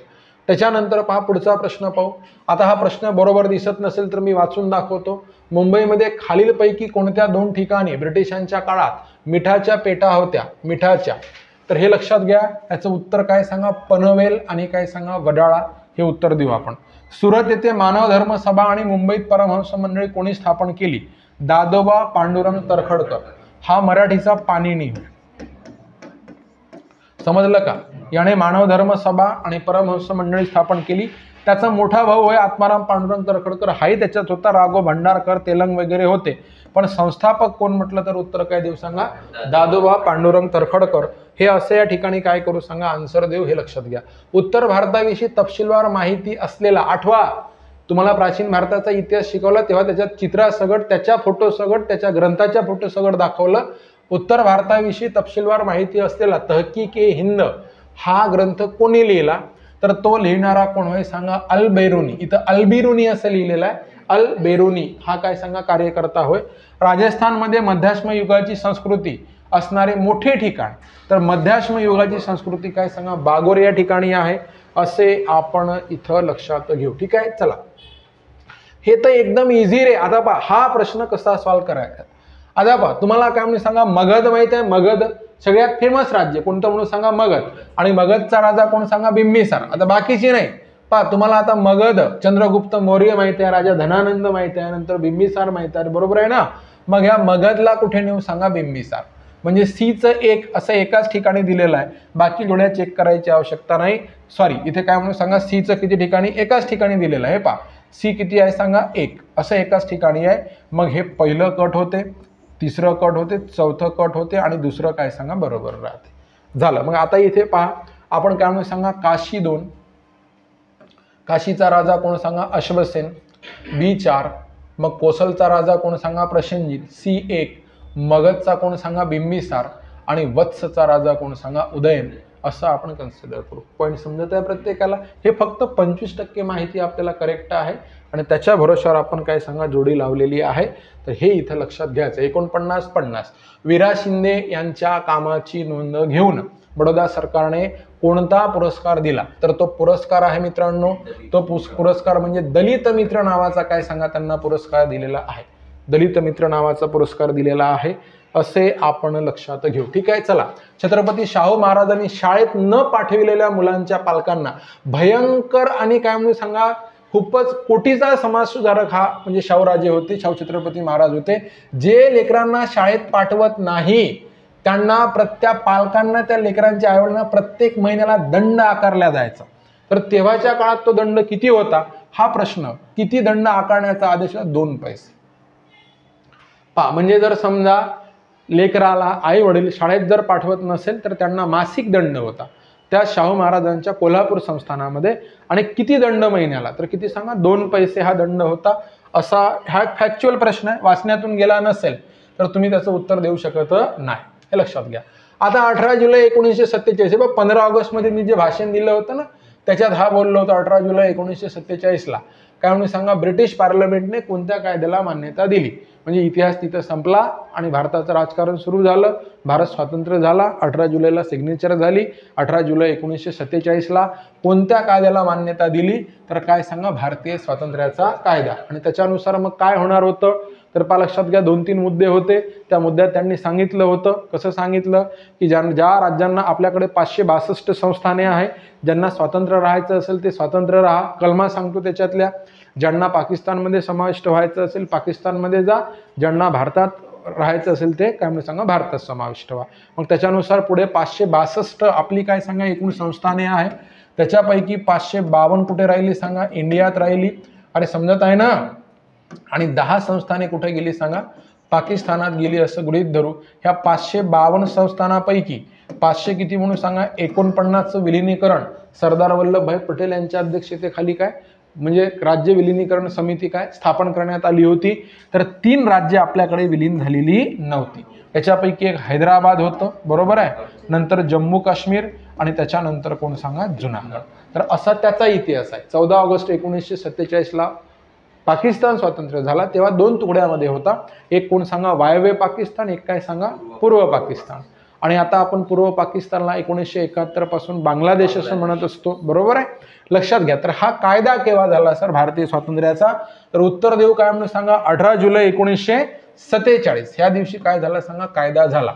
भारतात चंद्रशेखर आझाद आणि सरदार भगतसिंग यासारख्या क्रांतिकारकांनी हिंदुस्थान सोशलिस्ट रिपब्लिकेशन असोसिएशन नावाची संघटना कुठे स्थापन केली, तर त्याचं उत्तर द्यायचं आहे मित्रांनो, ते म्हणजे कुठे सांगा, दिल्ली. हे लक्षात घ्या. पहिल्यांदा तिच्या नावामध्ये सोशलिस्ट नव्हता, हे पहा भगतसिंग नावाचा चित्रपट पहा त्याच्यात हे क्लिअर होतं. तर ते हिंदुस्थान रिपब्लिकन असोसिएशन असं नाव होतं तिचं. आणि ती कुठे स्थापन केली होती सांगा, कलकत्त्याला. आणि हिंदुस्थान सोशलिस्ट रिपब्लिकन असोसिएशन म्हटलं तर काय उत्तर देऊ, दिल्ली असं उत्तर देऊ. आता आयोगाचा मूळ आहे, उत्तर तर दिल्ली देणं जरुरी आहे, पण इथे कोलकाता आणि दिल्ली हे नमूद आहे. अरे बरोबर आहे ना, संघटना तिचं नाव बदलवलं गेलं तर दिल्लीमध्ये. 1757च्या प्लासी लढाईनंतर मीर जाफरला कोणत्या प्रांताचा नवाब म्हणून नियुक्त केले, ऑब्विसली कुठला सांगा, बंगालचा. 1757 प्लासी बंगाल, ऑब्विसली कुठला सांगा, बंगालचा नवाब म्हणून नियुक्त केल्या गेले असं गृहीत धरू. इसवी सन 1206 ते 1290 या काळात राज्य केलेल्या गुलाम घराण्याची स्थापना कोणी केली, लक्षात घ्या. आता पण तुम्हाला सांगतो इथे आपण असं मोहम्मद घोरी, हे माहिती आहे तुम्हाला, मोहम्मद घोरी. आता इथे काय म्हणून सांगा, मोहम्मद घोरी आणि घोरीचा हा गुलाम आहे. घोरीचा गुलाम कोण सांगा? कुतुबुद्दीन ऐबक. आता कुतुबुद्दीन ऐबकाला मोहम्मद घोरीनं विकत घेतलं होतं, हे तुम्हाला माहीत असेल नसेल. मोहम्मद घोरीचं कुतुबुद्दीन ऐबकावर जीवापाड प्रेम होतं. आता ते एकदम बारीक हिस्ट्रीमध्ये जाऊ नये आपण, पण हा कुतुबुद्दीन ऐबक गुलाम आहे. मग हे घोरी कुठे आलेला होता माहिती आहे का? भारतामध्ये आलेला होता. आणि तुम्हाला सांगतो त्याचा काय म्हणून सांगा, त्याचं युद्ध कोणासोबत झालेलं होतं? तर पृथ्वीराज चव्हाण. तुम्ही नाव ऐकलं असेल, अरे बरोबर आहे ना, पृथ्वीराज काय म्हणून सांगा? चव्हाण. ह्याच्यासोबत युद्ध झालेलं आहे. कोणासोबत सांगा? पृथ्वीराज चव्हाण सोबत. कोणाचं? घोरीचं. बरोबर आहे. मग आता काय केला? घोरी आपला परत आपल्या साम्राज्यात निघून गेला आणि त्याने इथे गादीवर कोणाला ठेवलं?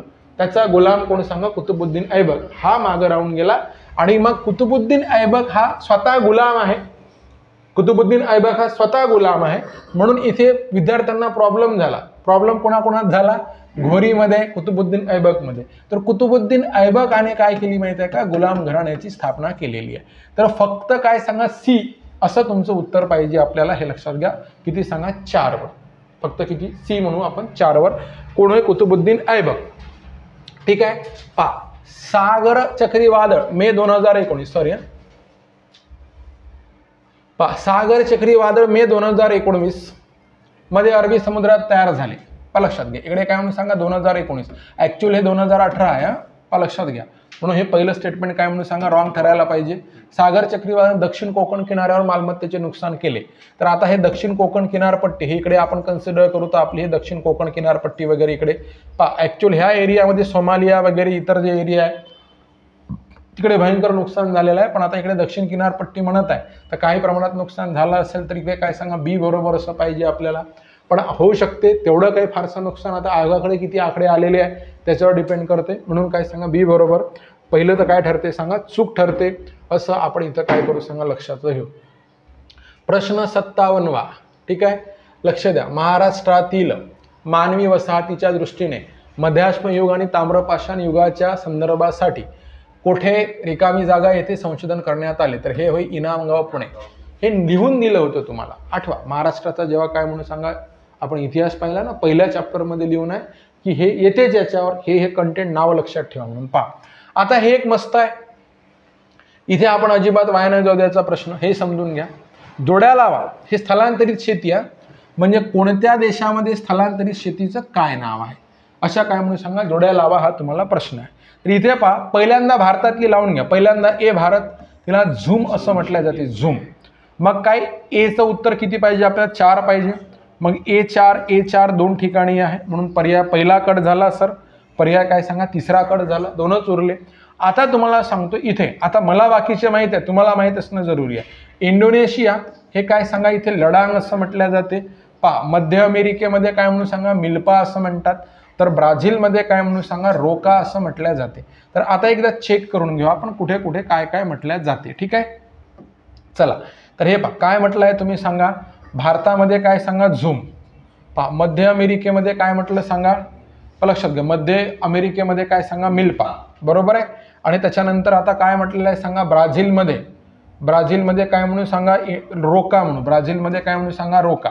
समजत आहे ना प्रत्येकाला काय होऊन राहील? याच्यानुसार आता चेक करा पर्याय. पहा, ए किती पाहिजे आपल्याला? 4 पाहिजे. मध्य अमेरिका मिल्पा म्हणजे 3 पाहिजे. म्हणजे आता कोणती जोडी संपली सांगा? हे चौथी जोडी काय सांगा? संपली. तर हे जोडी आपली बरोबर लागलेली आहे दुसरी. पहा, ए किती म्हणून सांगा? 4. म्हणजे भारत काय सांगा? झूम. अरे बरोबर आहे ना. बी कोण आहे सांगा? मध्य अमेरिका 3 मिल्पा. सी काय म्हणून सांगा? 2 सी ब्राझील, 2 रोका. लक्षात घ्या. आणि इंडोनेशिया काय सांगा? लडांग.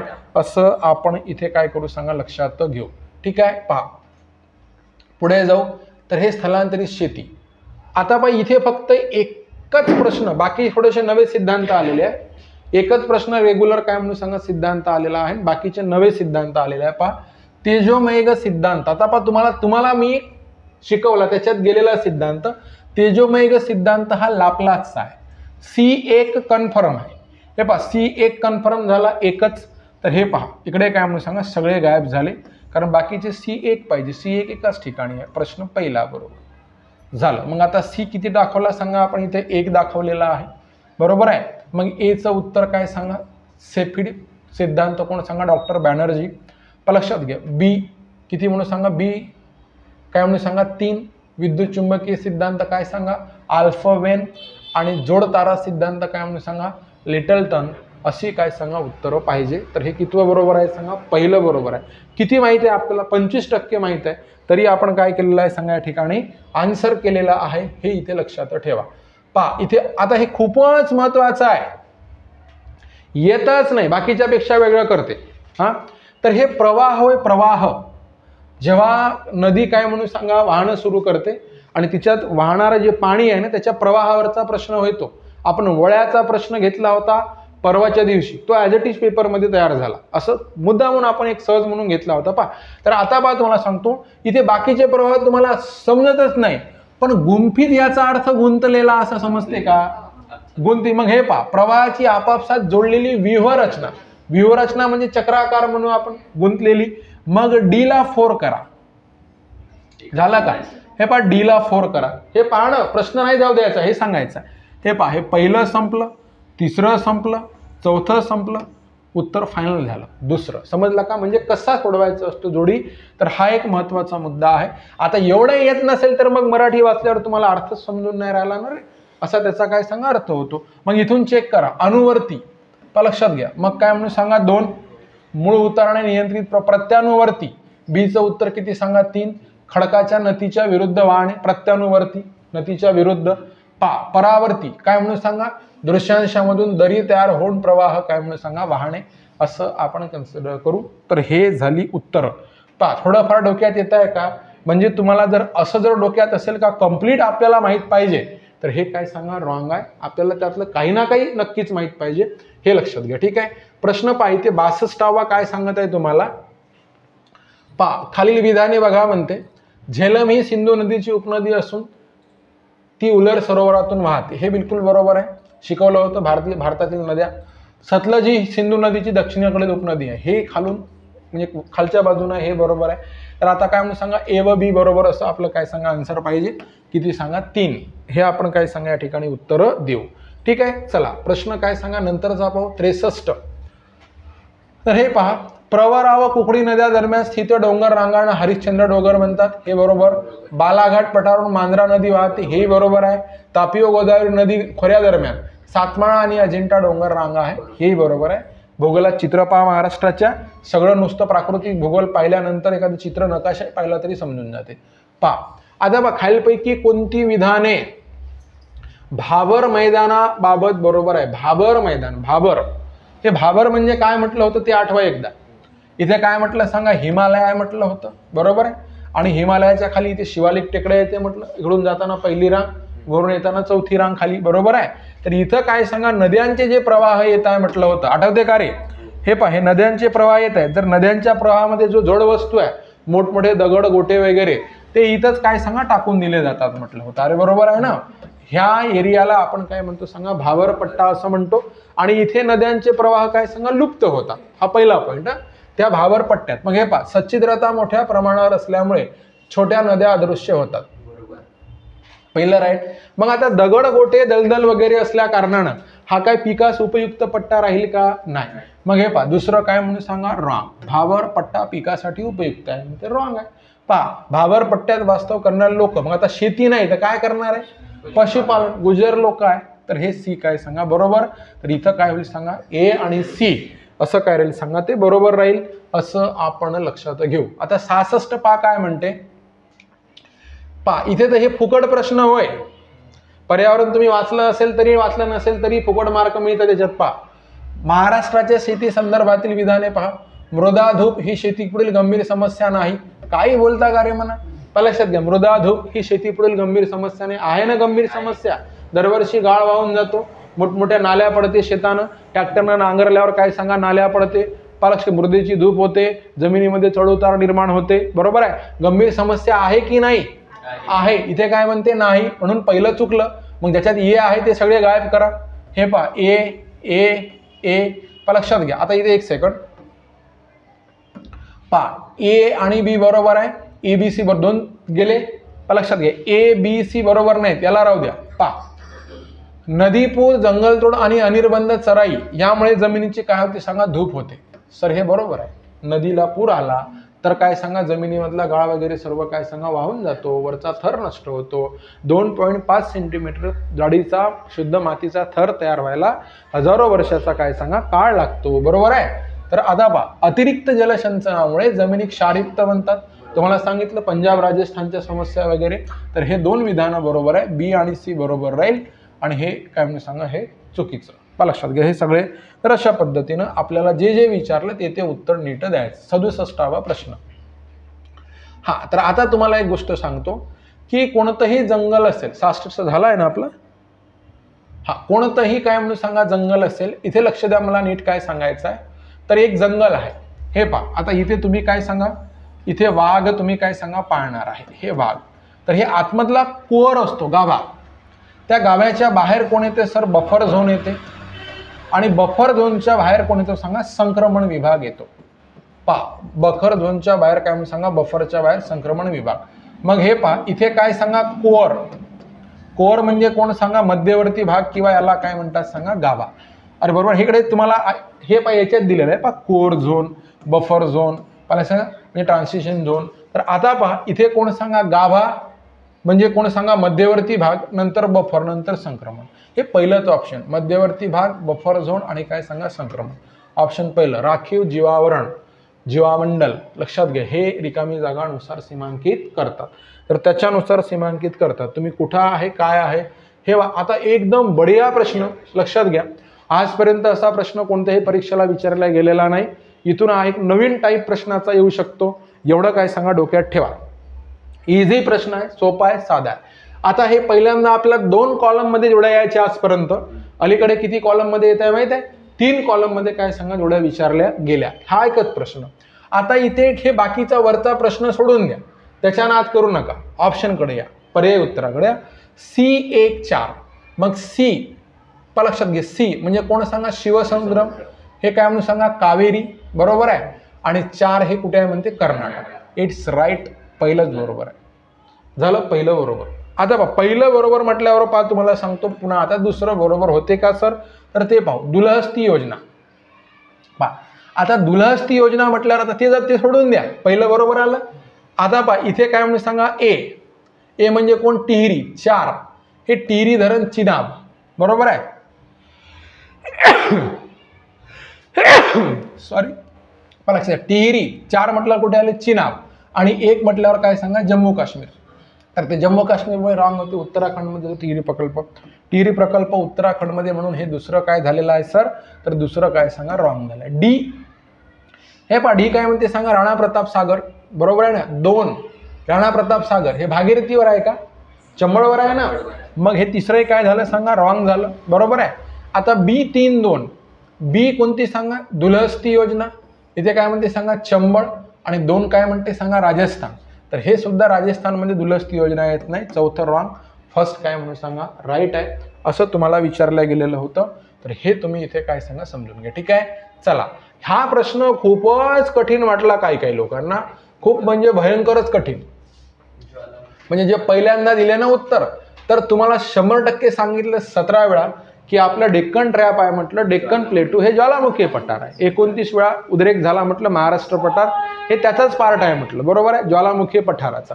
मग इथे पहा बीला 1 पहिल्यांदा करा. पहा B1. मग B1 म्हटल्याच्या नंतर B1 एकाच जागी आहे. प्रश्न खतम. अरे बरोबर आहे ना. मग आता पहा हे तुमचं उत्तर झालं. बाकीचे नाही वाचले तरी चालते, पण आता आपल्या अभ्यासासाठी आपण वाचून घेऊ. पहा A3 घुमटाकार पठार, कोण सांगा छोटा नागपूरचं पठार. ठीक आहे. नंतर काय सांगा बी तर 1 पाहिला. सी काय सांगा सोपान आकार पठार 2 विंध्य पठार. आणि गिरिपाद म्हणजे पर्वताच्या पायथ्याचं पठार म्हणजे शिला, हे गिरिपाद पठार. तर अशा प्रकारे तुम्हाला ते सोपं करून देतात, हे लक्षात घ्या. तर आता काय म्हणून सांगा थोडंसं पुढे जाऊ, पुढचा मुद्दा पाहू. 17वा प्रश्न पाहू आपण.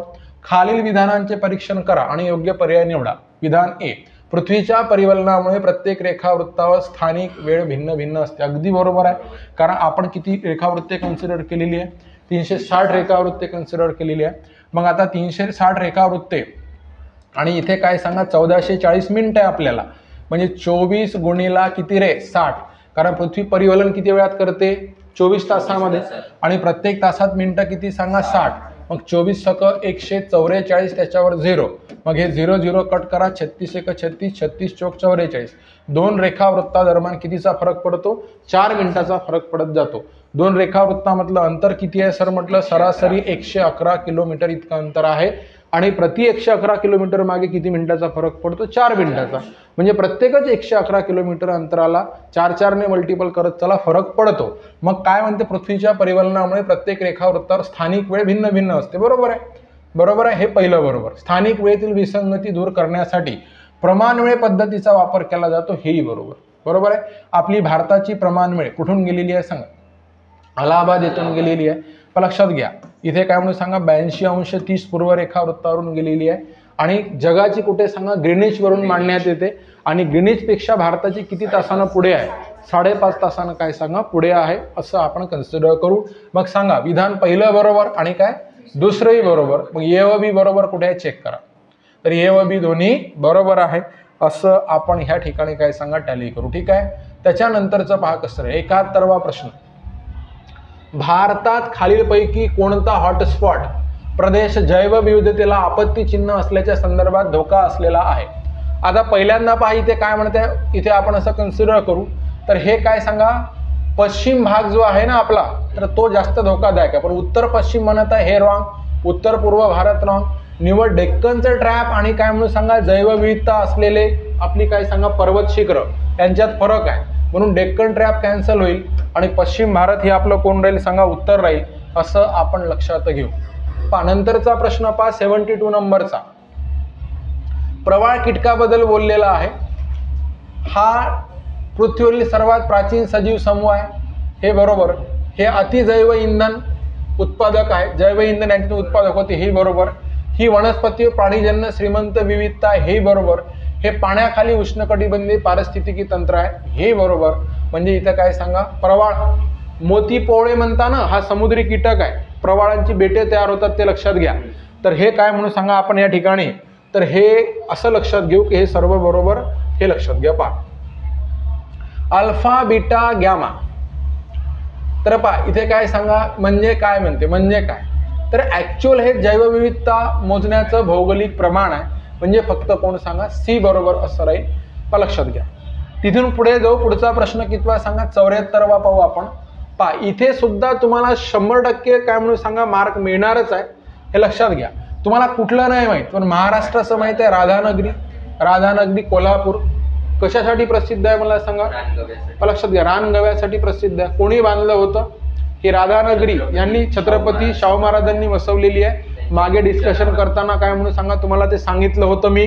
तर आता लक्षात घ्या कसं आहे. तर तुम्हाला बीचं 1 पण तुम्ही फसलेले आहात, हे लक्षात घ्या.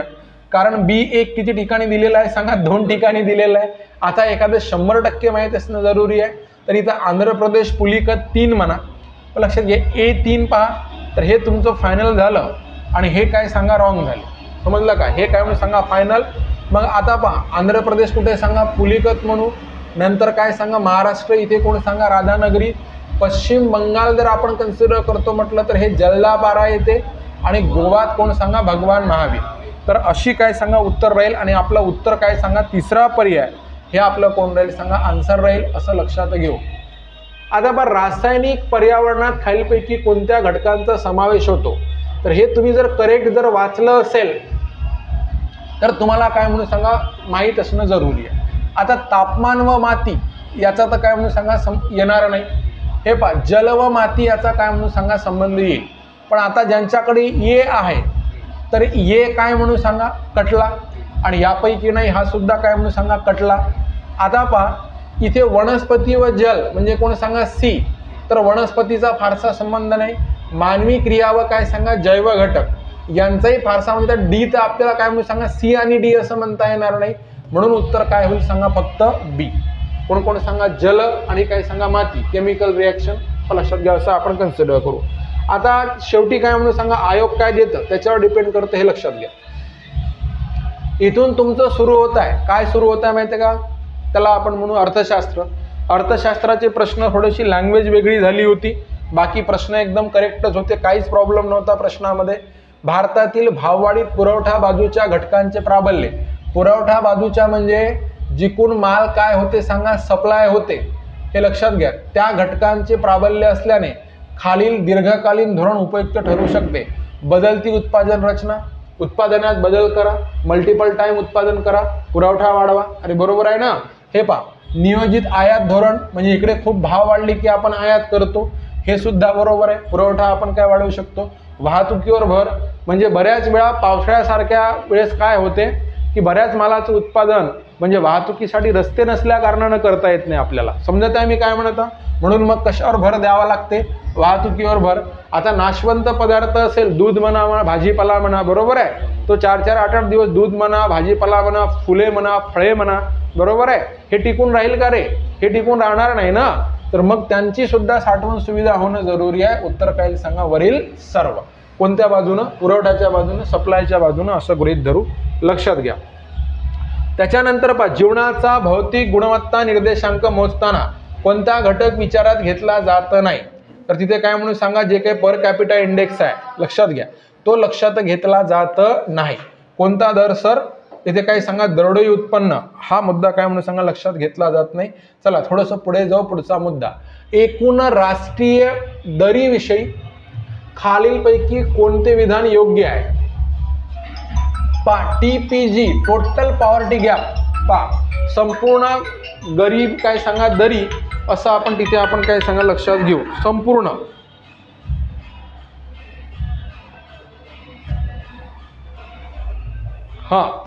तर आता पहा कसं राहील तुम्हाला सांगतो. दारिद्र्य रेषेखालील प्रत्येकाला त्या रेषेच्या वर आणण्यासाठी आवश्यक असलेल्या एकूण उत्पन्न, टोटल म्हटल्यावर इथे काय आलं सांगा, एकूण. तर एकूण उत्पन्नाचे मापन करणे जरुरी आहे. तर हे करेक्ट बरोबर, टोटल आला आणि त्याच्यात निव्वळ म्हणते, हा इथं चुकला. समजला का मी काय म्हणतो. प्रत्येक उत्पादन घटकाला मिळणाऱ्या म्हणजे पर्टिक्युलर घटकाचं उत्पन्न, म्हणून हे सुद्धा रॉंग ठरू शकते. एखाद्या देशातील, एखाद्या म्हटलं म्हणून हाही गेलं, चुकलं, हे लक्षात घ्या. कोणतं बरोबर येईल सांगा, पहिलंच, टोटल पॉवर्टी गॅप, म्हणून पहिलं काय सांगा बरोबर राहील, असं इथे गृहीत धरू. पहा, दारिद्र्यात घट आणि उपजीविका प्रोत्साहन यासाठी भारत सरकार बरोबर संयुक्त राष्ट्र विकास कार्यक्रमाने खालीलपैकी कोणत्या कार्यक्रमांना पाठबळ दिलेले आहे. सर्वांसाठी माफक दरामध्ये ग्रामीण गृह, प्रत्येकाला घर दिलं आहे का रे, नाही, आणि माफक दरात आहे का, नाही. मात्र ह्या सर्व योजना पहा एकाच कालखंडातील आहे दादा, हे लक्षात ठेवा.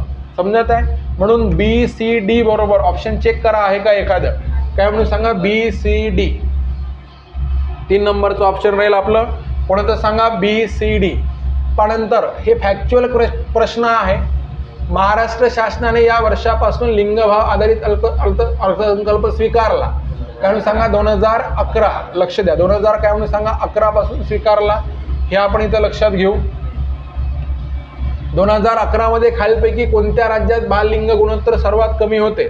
माझ्या मते काय म्हणून सांगा, महाराष्ट्र. म्हणून तुम्ही चेक करून घ्या कोणतं आहे ते. 82.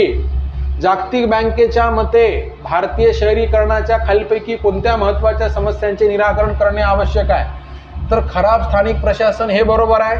अत्यल्प वित्त पुरवठा, हे बरोबर आहे. खर्च वाढ करणारे अयोग्य नियोजन, हेही बरोबर आहे. वेगाने खालवत जाणारा पर्यावरण दर्जा, हेही बरोबर आहे. उत्तर काय येईल रे, वरील सर्व. ह्या सगळ्यांचंच करणं जरुरी आहे, असा मुद्दा. 83वा प्रश्न, खालीलपैकी कोणते विधान लिंगभाव असमानता निर्देशांकाला लागू होते. पहा, तर आपण पहिला विचार करू, आरोग्य सक्षमीकरण व श्रम बाजारपेठ यातील लिंगभाव फरकाची कल्पना लक्षात घ्या. म्हणजे काय, लिंगभाव असमानता निर्देशांकामुळे येते, हे बरोबर आहे. आरोग्याची सक्षमीकरण, श्रम बाजारपेठ, GII चे उच्च मूल्य प्रत्यक्षात लिंगभाव असमानतेची तीव्रता दाखवते, बी सुद्धा बरोबर. प्रत्येक लिंग गटाला मिळालेल्या संसदीय जागांचा वाटा हा सक्षमीकरणाचे आंशिक मापन करतो, हे काय म्हणून सांगा, रॉंग होईल. A, B ला चेक करा, तर काय होईल सांगा, A आणि B, असं आपण इथे उत्तर देऊ. ठीक आहे, चला पुढे जाऊ. भूमिराशी आंतरजाल आधारित प्रणालीविषयी खालीलपैकी कोणते विधाने लागू आहेत. पहा, ही प्रणाली 1 एप्रिल 2018 आहे. हे काय माहिती आहे का, जिथून महामार्ग वगैरे जातात ना, तर त्याचं रस्त्यांचं संपादन करणे, त्यासाठी ही प्रणाली आहे. जागा रस्त्यांच्या आजूबाजूची काय म्हणून सांगा, जागा संपादन करणे, यासाठी ही प्रणाली आहे. पहा, रस्ते व वाहतूक महामार्ग मंत्रालयाने ही प्रणाली सुरू केली. करेक्ट. भूसंपादनाची पूर्ण प्रक्रिया संपूर्णपणे अंकीय व यांत्रिकृत व्हावी म्हणून ही प्रक्रिया सुरू करण्यात आली. हे सुद्धा बरोबर. वरील सर्व काय म्हणून सांगा बरोबर आहे. प्रश्न कितवा सांगा? 84वा. ठीक आहे. चला नंतर पहा 85वा प्रश्न. आता तुम्हाला सांगतो Rio+20 संयुक्त राष्ट्र निरंतर विकास परिषदेविषयी खालीलपैकी कोणती विधाने योग्य आहे? जून 2014 मध्ये ही परिषद ब्राझीलमध्ये झाली. राईट. या परिषदेत जगासमोर सहस्त्रक विकास ध्येय मांडण्यात आली. पहा, तर हे सुद्धा राईट. हरित अर्थव्यवस्था धोरणाविषयीची मार्गदर्शक तत्त्वे स्वीकारण्यात आली. लक्षात घ्या. हे सुद्धा काय म्हणून सांगा? राईट. या परिषदेत संयुक्त राष्ट्रीय पर्यावरण कार्यक्रमाचे सर्व अधिकार असं कसं होणार आहे? सर्व अधिकार काढून घेण्यात आले. Common sense. हे काय सांगा? रॉंग ठरेल. प्रश्न काय विचारला? योग्य आहे. लक्षात घ्या. आता काय सॉरी काय म्हणत आहे तुम्हाला? योग्य विधान म्हटलं. सॉरी लक्षात घ्या. योग्य म्हटलेलं आहे. एक सेकंड. इथे आपण टॅली करणं सुरू करू. पहा, इथे काय म्हणून सांगा? योग्य विधाने कोणती आहे? लक्षात घ्या. आता इथे काय म्हणून सांगा? जून 2014 ब्राझीलमध्ये पार पडली. मग आता याच्यात पहा, इथे काय म्हणून सांगा? याची थोडीशी कल्पना नाही आहे मला. लक्षात घ्या. तर आता आपण तरी याचं उत्तर कसं राहील? पहा की जून 2014 मध्ये परिषद ब्राझीलमध्ये पार पडली. पण तरी याच्यामध्ये पहा स्वीकारण्यात आलेली गोष्ट कोणती म्हणते? हरित व्यवस्था धोरणाविषयीची मार्गदर्शक तत्त्वे स्वीकारण्यात आली. तर हे विधान कसं पाहिजे आपल्याला सांगा? बरोबर पाहिजे असं आपण लक्षात घेऊ. ठीक आहे. तिसरं बरोबर राहील याच्यात. 86 मध्ये पहा, नीती आयोगाच्या चिरंतन विकास उद्दिष्टे निर्देशांक अहवालाप्रमाणे 2020-21 भारताची उद्दिष्टे या कामगिरी असे दाखवते की भारताचा निर्देशांक 2020-21 मध्ये 66 पर्यंत सुधारला आहे. तर 2019-20 मध्ये 60, तर 2018 मध्ये 19 मध्ये 57 होता. तर हे बरोबर. 2020-21 कोरोना संकटामध्ये भारतीय कामगिरी 15 पैकी 8 बद्दल निश्चित राहिली. 8 नाही ते 7 बद्दलच बरोबर राहिली. म्हणून हे दुसरं काय होते सांगा? चूक होते. पहिलं कसं होते सांगा? बरोबर होते. पहा, बरोबरच विचारली आहे ना आपल्याला. तर फक्त काय सांगा? ए बरोबर. पहिलं बरोबर असं होईल. हे आपण इथं काय सांगा? लक्षात घेऊ. महिला उद्योजकांना पाठिंबा देण्यासाठी महिला आणि बाल विकास मंत्रालयाने सुरू केलेल्या ऑनलाईन प्लॅटफॉर्मचे नाव सांगा. तर महिला कोण सांगा? ई-हार्ट असं त्या ऑनलाईन प्लॅटफॉर्मचं काय सांगा? नाव आहे असं गृहीत धरू. नंतरचा प्रश्न पहा, राष्ट्रीय अनुसूचित जमाती आयोगाबाबत NCST खालीलपैकी कोणती विधाने बरोबर आहे? ही एक घटनात्मक संस्था आहे जी 2004 मध्ये काय म्हणून सांगा? अस्तित्वात आली आहे. हे राईट. मग हे वाले आपण सर्व लक्षात, जिथे ये नाही त्यांना आपण कट करू. सर्व मध्ये आहे. अनुसूचित जमातीच्या हक्क आणि संरक्षणाच्या वंचनेविरोधात विशिष्ट तक्रारींची चौकशी करणे हे काय म्हणून सांगा? यांचं कार्य आहे. हे बरोबर. आदिवासी समाजाचा साक्षरता दर ही यांचा वेगळा आयोग आहे आदिवासींचा. हे रॉंग आहे. पहा, मग सी वाले कट करून टाका. तर हे सी वाला काय होईल सांगा? कट होईल. आदिवासी महिलांचे आता ए आणि बी बरोबर. तर हे तर दोघं बरोबर. अरे समजत आहे का मी काय म्हणतो? मग इथे काय सांगा? ए कट झाला आणि डी ॲक्च्युअल आपल्याला दिलाच नाही आहे. म्हणून फक्त ए आणि बी बरोबर असं याचं काय सांगा? उत्तर राहील. 90वा खालीलपैकी कोणत्या स्वयंसेवी संस्था ह्या 2007च्या स्वयंसेवी क्षेत्र राष्ट्रीय धोरणाच्या अखत्यारीत येतात? तर ह्याच्यात ह्या सगळ्या येतात. औपचारिक, अनौपचारिक